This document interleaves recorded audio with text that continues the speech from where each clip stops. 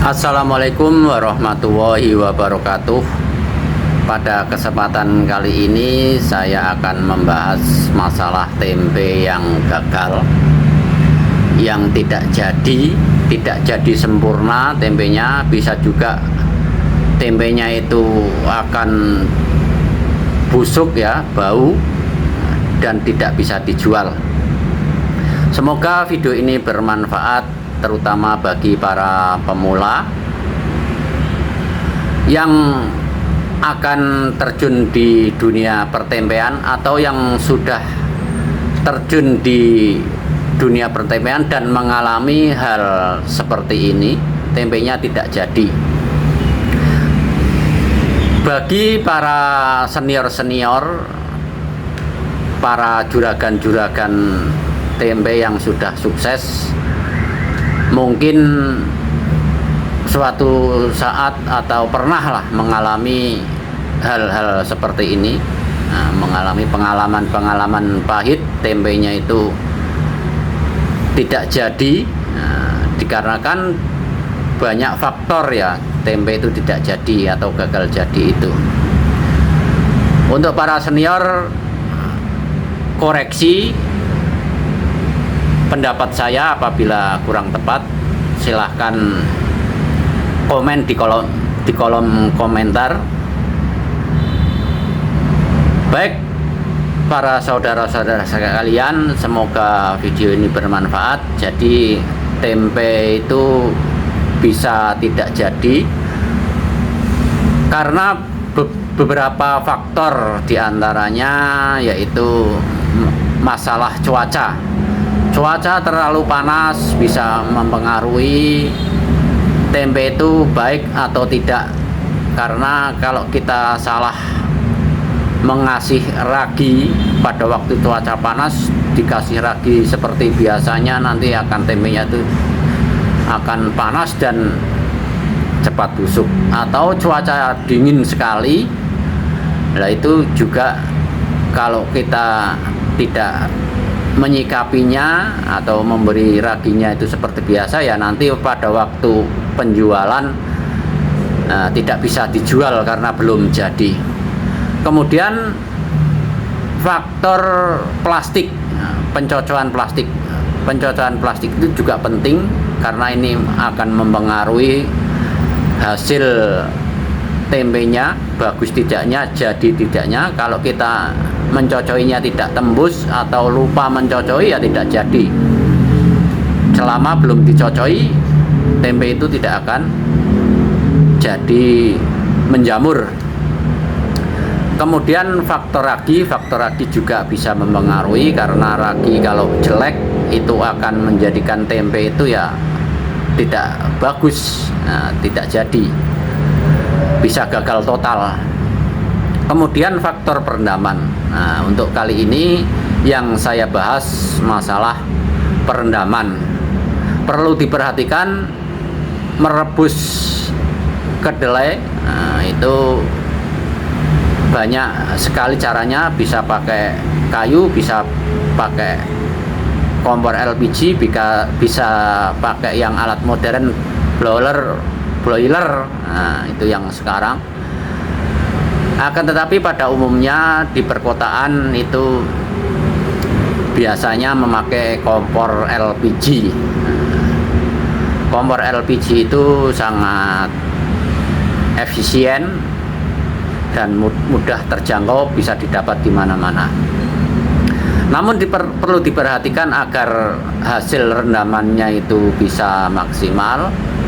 Sebaiknya dipindahkan atau dientas setelah kedelainya itu matang, dipindahkan ke drum plastik warna biru.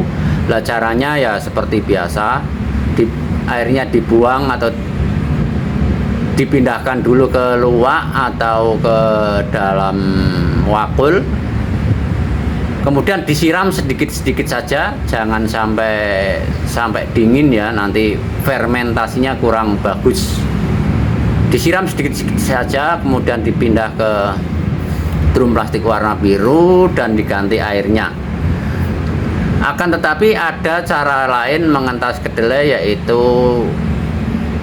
Sebelumnya dikasih keran, atau yang memakai dandang dikasih keran, karena ini memang bisa efektif ya dari segi waktu dan tenaga mengirit.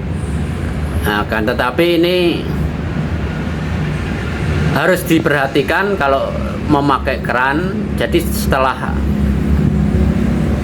dikeluarkan air pengerebusannya, itu nanti disiram sedikit-sedikit saja dan dikasih pancingan. Nah, yang saya bahas di sini yaitu mengenai tempe gagal karena hasil rendamannya itu encer. Biasanya ya di sini. Jadi karena faktor pengerebusannya itu tadi yang kurang diperhatikan dan tidak dipancing dengan air kemanyu, akhirnya hasilnya encer. Nah, kalau pencuciannya itu tidak teliti dan bersih sekali sehingga air kemanyunya, air asamnya itu hilang. Nah, ini yang menimbulkan terjadinya tempe itu tidak jadi sempurna. Terkadang hasilnya panas sekali atau temblong-temblong, jamurnya tidak rata, bahkan bau. Ya, ini yang menyebabkan ya masalah tempe gagal atau tidak jadi ya begitu. Karena fermentasinya itu tidak maksimal atau encer. Untuk mengatasi hasil rendamannya yang encer, nah ini pengalaman saya, menurut saya, tolong dikoreksi ya kalau salah. Nah, ini yang saya alami itu nanti saya proses seperti biasa, digiling, dibuang kulit arinya seperti biasa, dicuci, dibilas, kemudian saya pancing, saya tambahi dengan air kemanyu ya, sekitar antara kalau 40 atau 50 kilo itu sekitar 1 liter peragian. Jadi pada waktu peragian ditambahi air kemanyu itu, tujuannya untuk memancing atau memproses antara ragi dan pengasaman itu nantinya yang akan menjadi jamur tempe.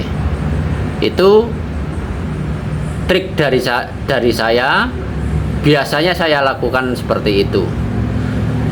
Sekian video dari saya, semoga bermanfaat, dan jangan lupa simak video-video saya berikutnya, subscribe, like, komen, dan share, tombol lonceng notifikasinya. Selamat berjuang, terima kasih. Wassalamualaikum warahmatullahi wabarakatuh.